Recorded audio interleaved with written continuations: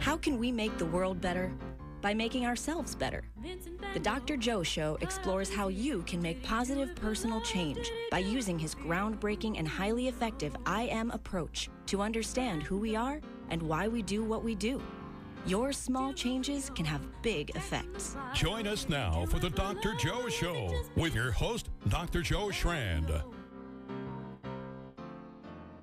So welcome to the Dr. Joe Show, and we are going to be talking tonight with a pretty amazing person. But let me just put this in perspective. You know, we are now approaching the 250th anniversary of the United States, 1776, and part of why it's really significant for me personally is I was around 50 years ago, in 1976, and that's when.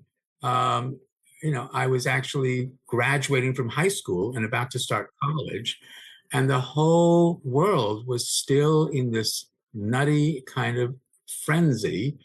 1976, a lot was going on. So we're gonna sort of dig into that a bit tonight, and just history and who we are. And the I Am is saying who we are, why do we do what we do without judging it. Let's really step back and take a look at this. So let me introduce my guest. Our guest tonight is an American comedian, writer, actor, and podcaster who was raised near San Francisco and began pursuing stand-up comedy after graduating from UC Santa Barbara. After living several years in New York City, he currently resides in Los Angeles with his wife, Heather, and their son, Finn, who I just heard is a junior and is a catcher and is going to hopefully be in the majors in baseball. We'll get to that later. He currently resides in Los Angeles, as I said, with his wife. He's acted in television shows. We're talking about our guest. Television shows, films, commercials.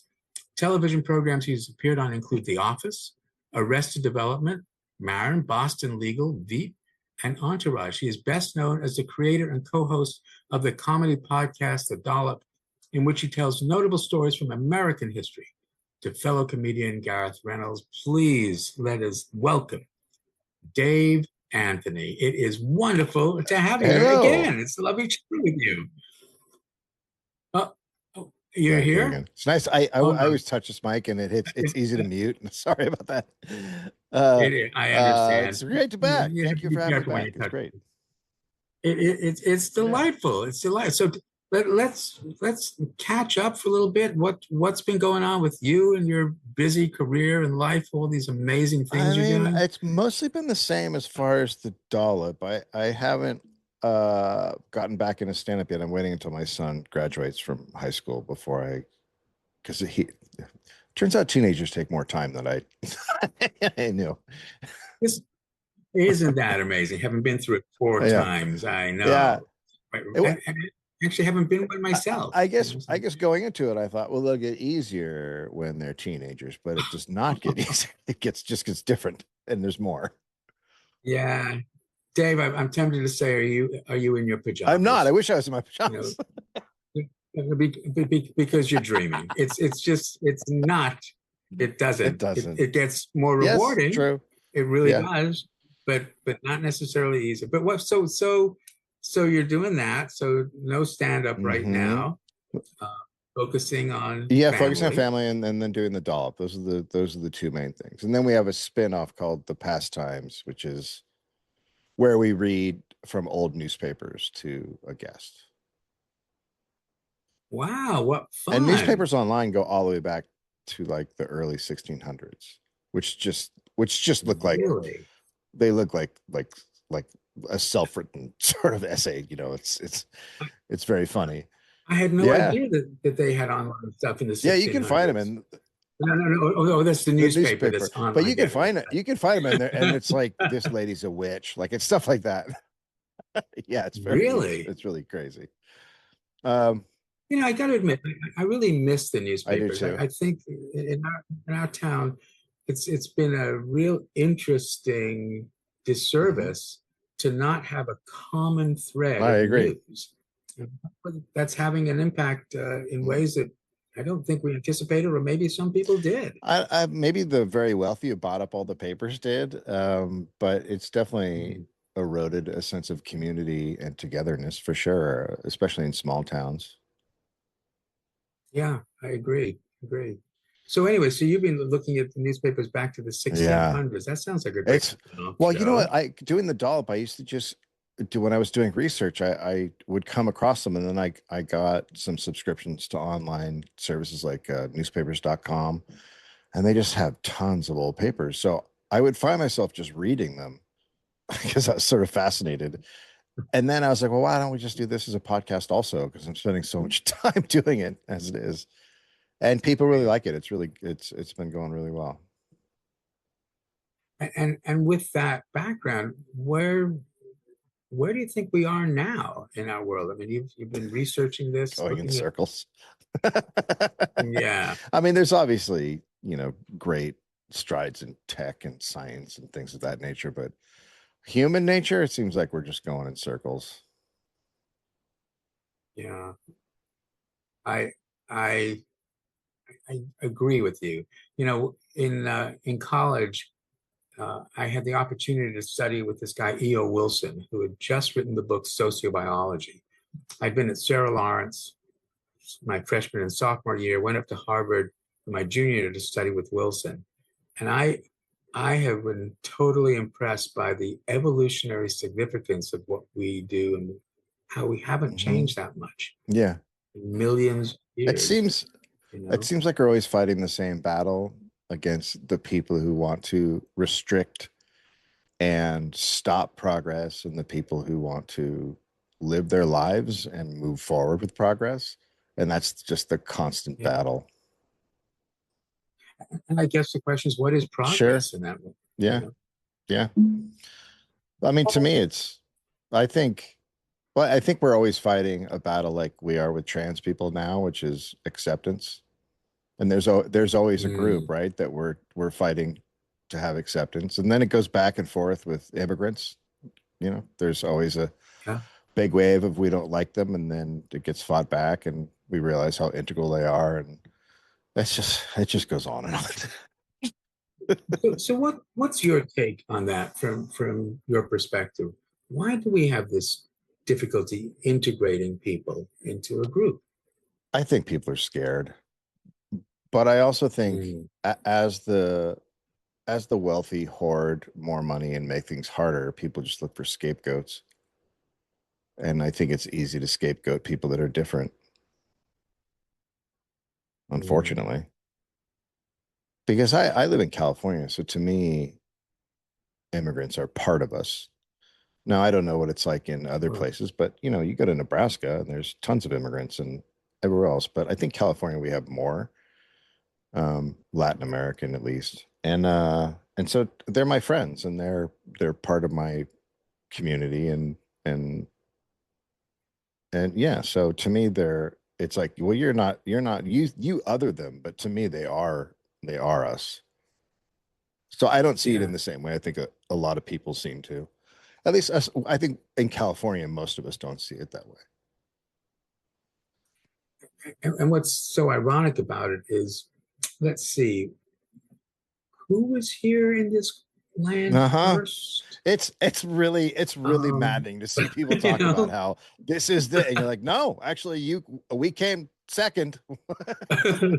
that's right. That's right.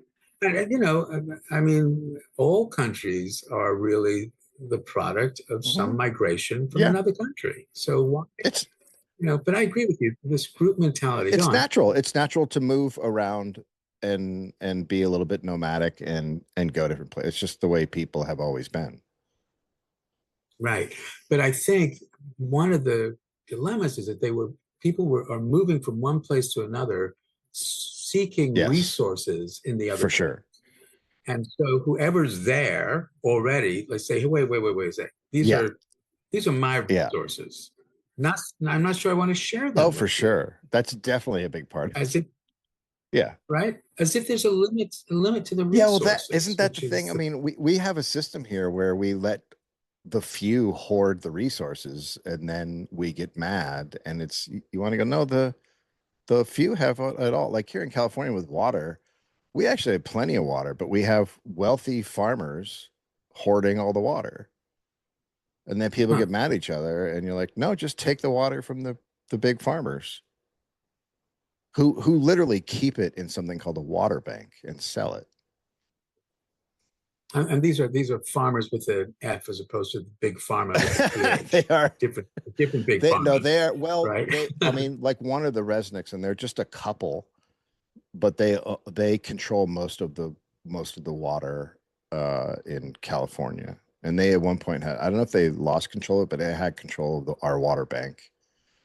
So at that point, they're farmers with the F, but they're also big ag, at the same time. Yeah. So interesting. This idea that there are limited resources, and it makes sense, right? Again, from a evolutionary perspective, because we didn't have the ability to get all the mangoes that we wanted, and there was a limit in some ways. It was a seasonal component to it.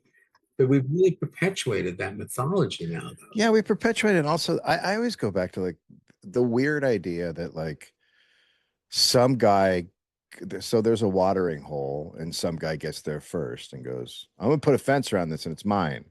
And that I always go back to that. I go, that's not how it should be with water. Right? Yeah. It should be, well, this is ours.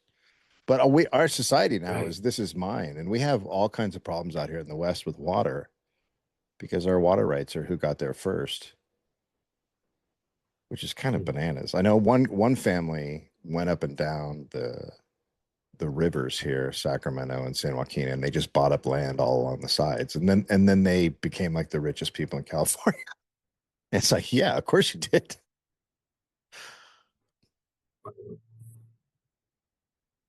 Because they bought up all the access to the water.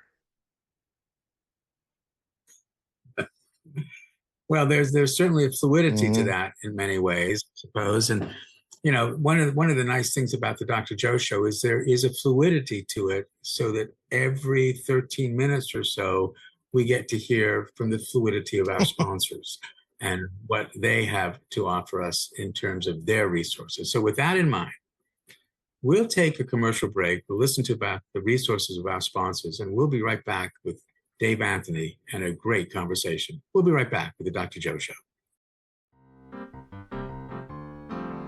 And we're back with the Dr. Joe Show and my guest, Mr. Dave Anthony, who is a remarkably creative man who's really contributing so much to the world. But you're working on something right now, doing some research. Yeah. Let's hear what you're working on. It's either going to be 4 or 5 episodes, but it's Alexander Hamilton, which I don't like musicals, so I just like the play or whatever you want to call it, the play, the musical. And it, I got to tell you, it's really good. Though, okay. At one point, I don't like any musicals. At one point, my fans said, "Well, we'll donate money," and I got them to. I said, "If you can get $10,000 and we can donate to the homeless, I will watch Hamilton." So my fans paid me $10,000 to give to the homeless to watch Hamilton, and I will tell you, I did not like it because I don't like musicals. Okay.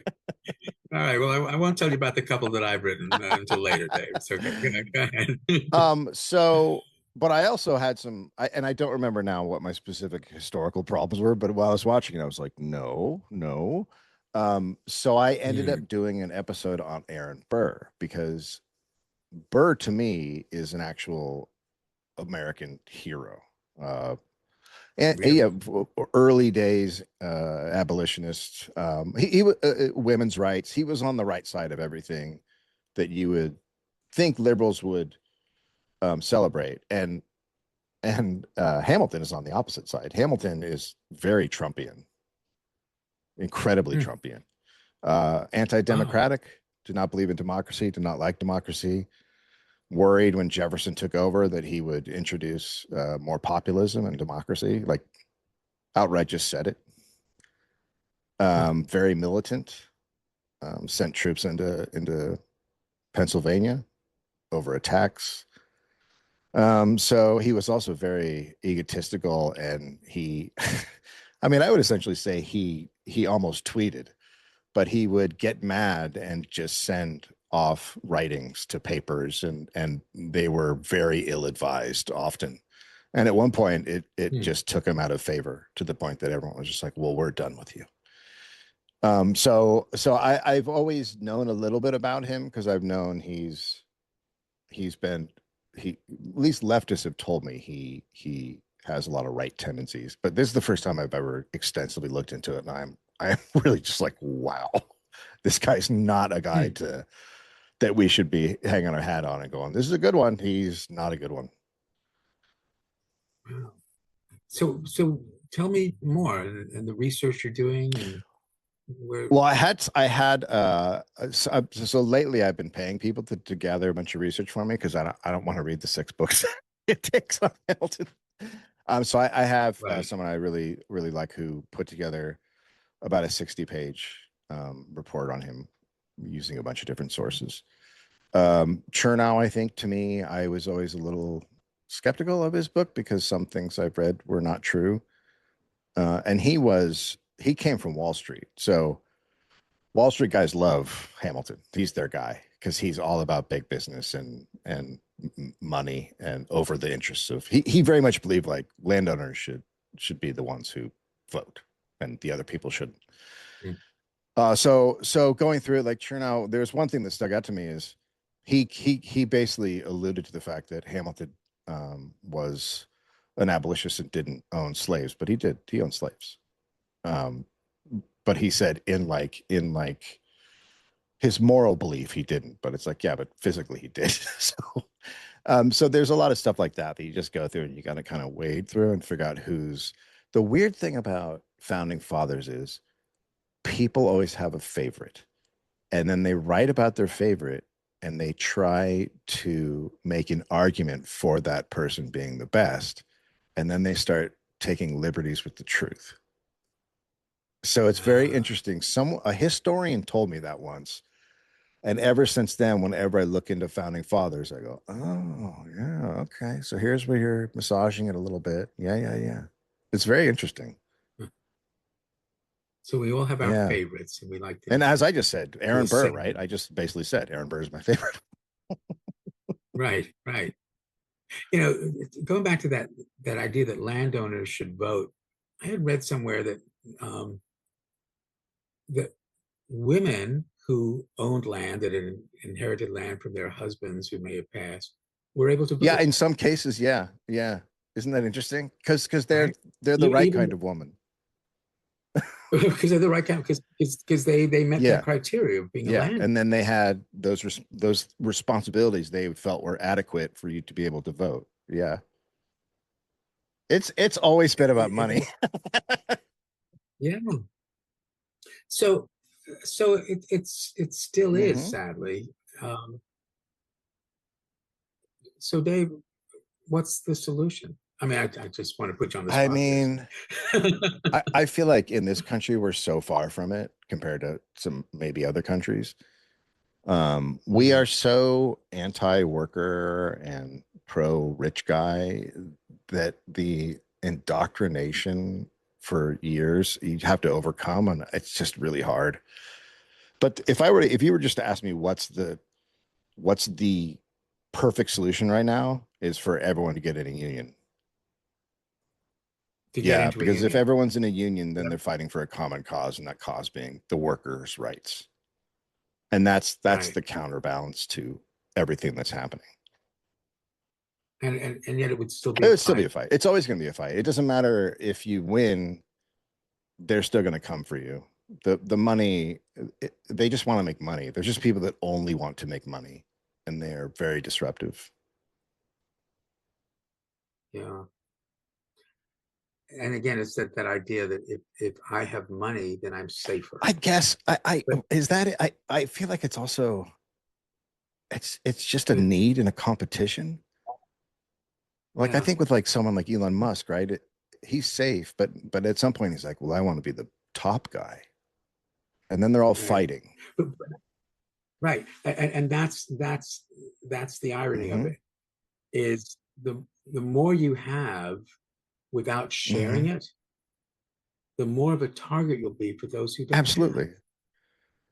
And isn't like we've all shared in our lives? Doesn't it feel good when you share Yeah, and spread it around? So Yeah. to me, I was recently asked what's the most money you think someone should have, and I think it's like 10 million. Like I think that's the top. I'm fine with Like that. that, I'm fine no with that, more. Dave. I'm happy to have And, that. and But no, there's a lot of okay. studies that say you lose empathy as you gather wealth, which is a really Yeah. bad thing if you think about it, because we all need empathy Uh, to be part of a society. do you think do you think that actually we could like reframe that as a good thing? That's not having Yes. empathy. Let me explain. Well, in that in order to maintain this power, you have to shut down empathy. Yeah, In other words, the human part of who we are is to care yeah. about others. And then we then have to make an effort to stop that, Hmm. to shut Yeah, it you have to down. shut it down. Because, because what we really want to do is care about each other, because that is how we Yeah, survive. and isn't it fascinating that we teach our children to share, but then when we Yeah, become adults, our society teaches them not to share? yeah, yeah. We got some learning to do. And again, Yeah, it comes back to this idea that somehow we are vulnerable if we don't have the yeah. resources. But but but the real vulnerability is not having the people around you. Well, and especially, I mean, we've seen in disasters, right? How do you get through disaster alone? No, you get the community comes together to help different people with their different needs. And I think, especially with climate change as it comes, we're going to discover more and more that individualism is the exact opposite of the way you should go. And even the wealthy will Yeah. find that, because if you think you can lock yourself in a silo or a house and that it'll all work out, it just won't. Oh, well, so you've been thinking about this for a while. Where did these thoughts start? How old were you when you started sort of looking at the world in this way? I've always been a sort of long range thinker. I didn't realize I thought completely differently than everyone else until maybe I was in my 30s. But I've always seen Mm. the long picture for some reason. It's probably like when I went to college, at first I studied geology because it made sense, right? The long term. That's about the longest thing Mm-hmm. you can study. The battle, honestly, yeah. Um, so so it's just always been there, but it really clicked in when I was in my teens. I think as far as like politically in the country and all that, I read a History of the United States by Howard Zinn, and that sort of made everything go, oh. So everything I've been told is like not really the truth. And then I kind of broke out and just started trying to find other sources of knowledge other than what I had been, given. And a harder time, right? There's no internet. It's just books and magazines and meeting people and talking to people that are like you who would recommend things or tell you things. I think there was more, I think at that time, if you were a leftist and you started kind of breaking out of the American way of thinking, the way you were taught as a kid, I think that I found my way at least to talking to more older people than I think happens now. Because I think everyone's a little more sequestered because of the internet. So I would find myself in like leftist circles, and there'd be an older woman or older man with much more knowledge than I would experience, I think today. And they would tell me things. I'm like, oh, I never thought of it that way. I never thought of it that way. Yeah, yeah, yeah. And you just kind of soak it up, right? Mm. Yeah. Have our mentors, our people who are our teachers. I had a So, couple of mentors who were geology teachers in my community college of all things. I think I got my best education in community college. But yeah, I had two teachers. They were probably both in their 50s, two guys, and they were very non-judgmental, which I think coming from the suburbs is not the norm. And they were very open to everything, and they were very I don't know how to describe it. They both had a calm demeanor when they questioned you as far as what you were thinking. And it just kind of sort of changed the way I thought about things and approached things. So it wasn't challenging. It was inviting you to It was a little explore. bit of challenging, but not aggressively. And yes, and like Yeah. just like the question, you go, "Oh, do you ever think about this?" And you'd be like, "Oh, yeah." Yeah, it's very interesting. Yeah. Well, it's wonderful to have good teachers and people who educate us and people who offer us, you know, new insights. Very, very similar to our sponsors, which is what is great. Our sponsors have wonderful insights. Granted, they're talking about things that they would like you to do, but they're still pretty good things. So with that in mind, let's take a listen to our teachers. And we'll be right back with the Dr. Joe Show and Dave Anthony. And we are back with the Dr. Joe Show and my guest, Dave Anthony, who, has so much knowledge when it comes to the United States and just human nature in general. And we'll be talking a little bit, off air about what what do you think is happening in our country now? And I mean, we know that there's this massive divide. There's this huge cortisol response, this giant stress response. It seems more intense than it did 50 years ago when we had conflicts then. We've never not had conflicts, but what's your take on it, Dave? Well, from a historical perspective, it's similar to after the Civil War, those, last years of the 1800s. And the reason for that is, I think, because the wealthy then bought up all the media also. And I Mm, think that they like to keep us fighting with each other. So I think right now watching all the media be gobbled up, and like you said, they've not only gobbled it up, but they've taken it away. Um, the small newspapers are gone, which I think, and also the small television stations are owned by a big company now. I don't know if you've ever seen the videos where they show every single broadcast. There's like 20, and they're all saying the exact same thing because it's like Sinclair or whoever it is puts it out, and they all have their. Um, because I think when you are in a smaller area, you had your newscasters that you knew and you liked, and sometimes you'd see the weather guy out or when he'd go to an event. And I just don't think you have that anymore. And so I think that's part of the sense of community. And then also they bought all the radio stations too. So the local radio guys aren't there. Like a lot of the disc jockeys we had as a kid, they don't exist. It's just some automated voice playing the same music throughout the whole country. And all those things in the newspapers, like it's very interesting because I live in a town called La Crescenta, and we had a paper called the Glendale News. So we're just above Glendale, so it was just the Glendale area. And then the LA Times bought it. And at that point it was mostly just a web page. And then they kept it there for about 6 months. And then all of a sudden it was on the LA Times web page. And then 6 months later mm, it was gone.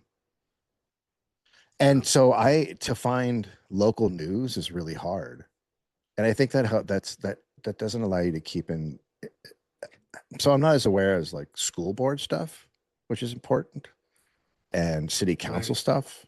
You try to keep track of it, but it's sort of all over the place. Where do you go to Reddit? It's kind of everywhere.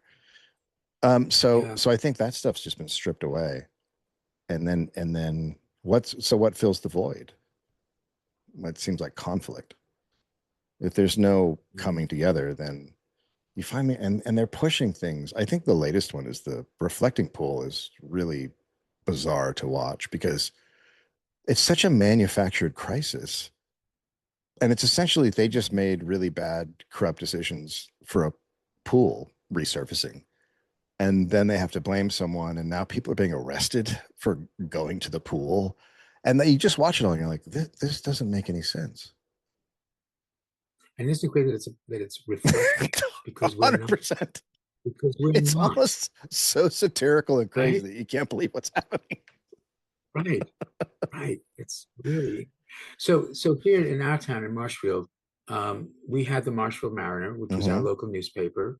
It is not there Mm-hmm. anymore. And I do think that since then, there has been this slow disintegration Yeah. and divide in our community. But the radio station that we're on now, WATD, is a locally Mm-hmm. owned Okay. radio station. And I think that people do look there for that source of Yes. truth, of consistency, of saying, well, here are people that we trust. This is their perspective, and they acknowledge this is our perspective, but they're also reporting news that's important to Right. us and to local people. Yeah, because your And I do, your your needs are going to be different than another community's needs, and there are things that the whole community will come together for. But if you don't have a local news source or group telling you that, then you don't know that that's there, and you fight over stuff that doesn't matter, like a reflecting pool in another place. but it's so interesting that again, it gets back to is that part of our human nature that just fights. Hmm. Um, Yeah, I sometimes wonder, yeah, a lot of animals have, almost every animal has a predator, and we really right. don't. And I just No. think, are we our own predator? Well, I think so. I mean, we have things that infect us. I mean, Sure. COVID. I, I was, I must admit, I was really disappointed about the outcome after Hmm. COVID because I thought, finally, here's something that will Yeah. unite us. We're all vulnerable to the same Hmm. thing, and we could unite, and it I, I didn't I happen. gotta say, it was really disheartening to watch. Not only that, like, because that was, you watched it start from the right, and then you watched it spread out. But I also watching people on the left fight with each other through that. It was just really, because I felt like, hey, at the very least, won't shouldn't we all get health, like a healthcare out of this? At the very least, Yeah, this is the thing we should all go, hey, maybe we should all take care of each other, and this is the best way to do it. But man, it seems like the right, opposite happened. right. And look what COVID was asking us to do. It was asking us to Mhm. isolate, but in that isolation, it was to protect the Yeah. other person And the most vulnerable, right? and the most Mhm. vulnerable. And we decided, And no. yeah, but there was that moment where we all recognized that we were Mhm. vulnerable. Uh, I mean, granted, there were people who also thought this was just, Yeah, sure. But I think at the you know, beginning they were a much smaller group. But you remember they would bang pans for the healthcare workers, and some places would cheer at a yeah, certain time every night and all that, and that, yeah, and that yeah, and that went from that to like them people screaming it wasn't real and attacking healthcare workers. And you're like, well, this went off the rails. But again, I, yeah. I sometimes I wonder if, like, we're not equipped for this amount of knowledge, because Mm, the way man was created, if there's a village, the way you get news is another guy walks in your village and goes, hey, by the way, up in the mountains there's some stuff going on, and then y'all talk about what's going right. on in the mountains for what, a month. But now we're just barraged by just constant information, and a lot of it is completely unnecessary. And Mm. and so I just wonder if we're not equipped to handle this mentally. It's a really good point. I mean, we have, different parts of our brain that are supposed to be designed to accomplish different tasks. And the prefrontal cortex in particular, is about thinking and solving problems, executing a plan, and anticipating what will happen Mhm. next. And that's the part of the brain that I really would like us to focus Yeah. on because what will happen next if we keep doing what we're doing Mhm. now? What will happen next? We'll destroy There, ourselves. there really seems to be, it's very weird to watch because I've always been I'm a huge environmentalist, climate change guy. And watching that has just been like, hey, everybody, this is really, this is really obvious. This doesn't work. It Right. just doesn't work what we're doing. And we just keep going straight at it. Even the people who who agree and believe climate change is a serious problem. But then when you ask, we have to make significant changes to our society, then they don't want to do that. And why do you think that is? Why don't they I want to do think it? I mean, I really feel like people just don't want change. I don't know if have you ever worked in an office when they get rid of the boss and a new boss comes in or something of that nature? Like that feeling of just oh God, what's this going to be, and how much you don't want that. At least if it was a good boss, it's very uncomfortable, and I think it's like that with everything. If you get a new teacher in your class, if you get like it just makes you very anxious and uncomfortable, and I think we want it to be the same. I think that was through COVID, Yeah. right? No, we have to go back to the way it was. And so it's about change. People are just super, super resistant to change. But one of my phrases, every friend was once a Hmm. stranger. I mean, just think Yeah. about that.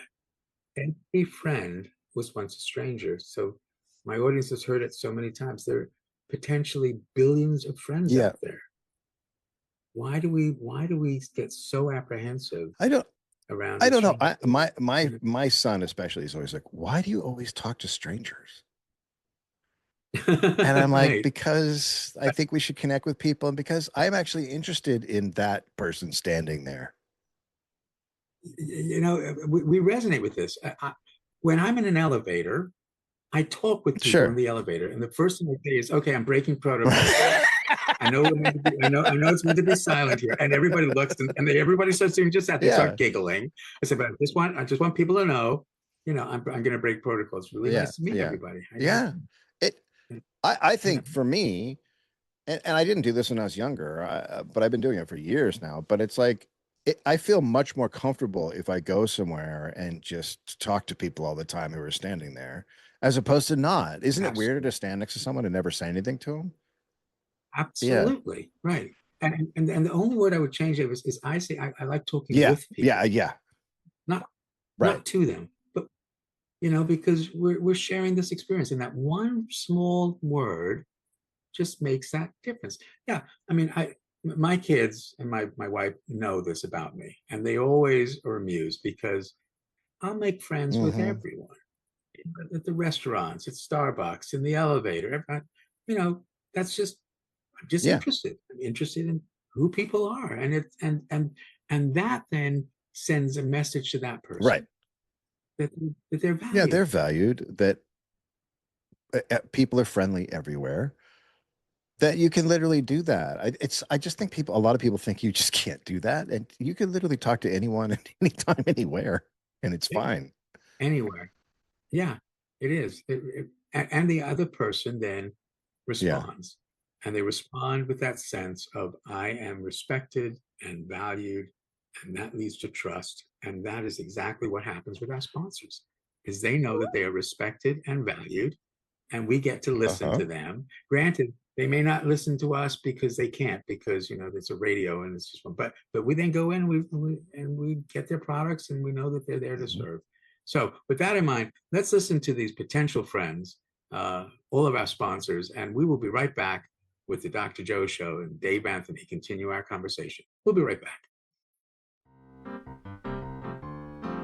And we're back with the Dr. Joe Show in our last quarter here with Dave Anthony. I just want to thank WATD, as always, for giving us the platform to talk. And my producer, Tom McCoy, had written out some Mhm. questions and some thoughts for a conversation and sent them to Dave and I. And Dave, there was one in particular that you thought sort of caught your attention? Yeah, I think this catches my attention also because I have a son who's, just turned 17. But it was Gen Z younger people grew up with access to real history. The myth is harder to sell. Is that hopeful or a little too late? Yeah. So which myth do you think Tom is first talking about? So let's dig into I it. do think it's the myth of America itself, which is that I think if you work hard, you can make a good living and a successful life. I think it sort of being a landed opportunity for everybody. I think they're seeing that that's not the case, and also that we always Mhm. fight on the side of good. Because I think you can see what we do in other countries. I think they've watched history and through the internet and said, well, that's not always true. And Yeah. so I think we were raised a long time ago to believe that we were the good, just country, always fighting the bad guys. And I think it's very hard for people of our age to maybe come to grips with the fact that that's not true. I think I brought up earlier, but the History of the United States by Howard Zinn kind of clued me into that when I was 16. But a lot of my friends didn't have that experience. They didn't read that book and they didn't really buy into that. But I think the younger generation, they look at America with its faults and its good side. So they see the whole picture, which is a more mature view of because everything has good and bad parts. And so I think they're going in with sort of eyes wide open, whereas I think a lot of, and maybe I think millennials are like mixed, but I think I'm Gen X, and we just got the whitewashed, stuff. And I think I'm not even sure what I am. You don't know what you are. On. I think it's 62 is when Gen X starts. Okay. So I'm before that.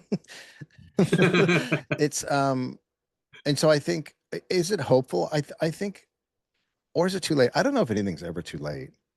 I don't know. I mean, I think it's very dark for a lot of people right now to be able to see a way out. But I also think like these things kind of break, and they can break quickly. And I feel like we're going through a quick break right now of clinging to the past. It feels that way. It feels like that's what this big battle is. This big battle is between people who want to cling to a past or even revert, and everyone else who's like, no, we're moving forward. Yeah. I would like to think that we're moving forward. I know that there's so much resistance to that. But my audience has heard me say this over and over again, that when you really think about it, we all want the same thing, which is we just want to feel valued by somebody else. And I just want to remind people that every one of us. Yeah, I always say this, that the majority of people in this country just want to spend time with their family and go to work and then have leisure time. Nobody wants to be involved in all of this stuff. Nobody does. There's like 10% of people that are out there stirring stuff up and really trying to make it hard for everybody. But most of us are just like, can I just have a good time? So how do we get those people in power? Well, I mean, sometimes it happens. I think that, what happened in New York was a good sign. I really think it's just the money in politics is the problem. And how do we get money out of politics? That's the crux of it. That's the whole issue. Ever since they said corporations are people and money is a vote, that's got to go. Yeah. Yeah. We got to get back to what is important to all of us. And it's a rewrite. It's a rewrite. Like everyone's got to come together and go, what's important to us? And the way the Constitution was created, it's, well, maybe it's time to revisit it because it was supposed to be rewritten every 20 years. Part of it was about owning people. So there's some stuff that's in that you can just start over again. Right. And I think the United States can live up to that concept of being a united state, and model this for the world. I mean, it's not completely. Look, my last name is Schrand, right? So I get Schrandiose. It's true, but I really believe that we can do this. I really believe that when we step back and look again, that people all want the same thing. How can I do that? And we know this, at any and every moment, you can remind someone of their value. And whenever you remind someone of their value, you increase your own value. And that makes us all feel just a little calmer, safer, and then we can be creative. It's really difficult to be creative if you're always in survival mode. Absolutely. Yeah. So hopefully we can do this. You know, the I am approach, as you remember, you know, saying that we're always doing the best we can. This is our current maximum potential. Influence and responding to 4 domains: your home domain, your social domain. Those 2 domains are outside. The internal domains, your biological domain of your brain and body, and your I see. How do I see myself? How do I think other people see me? Human beings are very interested in what other people think or feel. We call that empathy. We were talking about that before. Sometimes we shut it down. But what we really want to know is, what are you thinking about me? And do you see me as valuable? Because these domains interconnect, a small change can have a big effect. We don't need to change everything. So Dave, given what we're talking about tonight, what small change can you recommend to our listeners? I think that we have a in our schools and sports in schools, I think we have really messed up. And I think that we need to value not winning. I think that we need to value the process.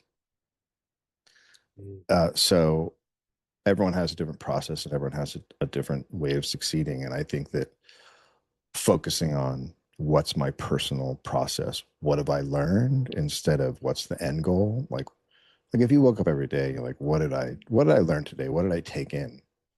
What did I figure out how to do? And that's like, if you focus on that stuff, I think you become a much happier person and things become more achievable. But I'm watching all these kids try to be the best at the scholastics and ball and you can never get there. No, you know, I completely agree. To refocus on what are schools about? And you're right, getting that A for some people is so important.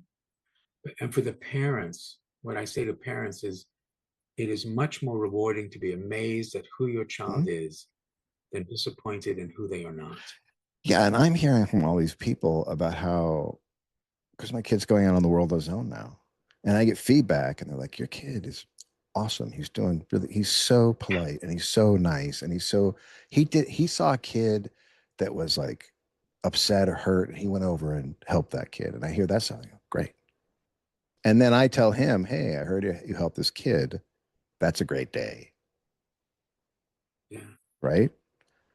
And was he even aware of it? It's just part of his nature. It's just how he operates. He's kind. He's always been raised to be very empathetic and kind. And then as far as the scholastic stuff, we're watching all of his friends go, I mean, essentially crazy trying to get into schools. And he's like, "I think I'm just going to go to JC for a couple of years, figure stuff out." I'm like, great.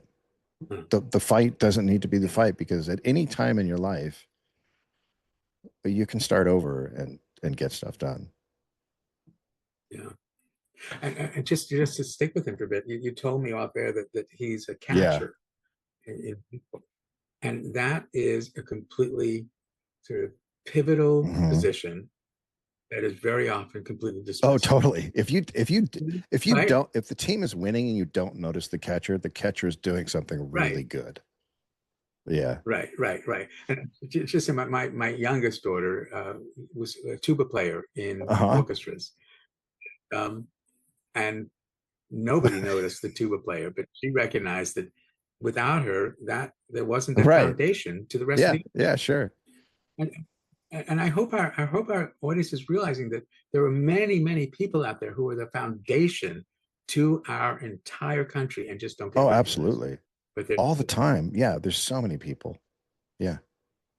So with that in mind, the second truth of the I am is everybody's got one. Everybody's interested through their I see domain what you think about them. And because that has an effect on their biological domain, because it feels different when you feel respected or disrespected. This means you control no one, but you influence everyone. And you get to choose the kind of influence you want to be. So Dave Anthony, comedian, writer, actor, podcaster, husband, dad, contributor, what kind of influence do you want to be? I think it's always gone back to the same thing. I want to be someone who makes people laugh, which is essentially I want to make people happy, right? But that's the driving force in me is I want in the moment around people to make them laugh, which I guess is like I want them to have a good time and And then when they're laughing, what's the experience like for you? oh, joy. Yeah, absolute joy. Yeah.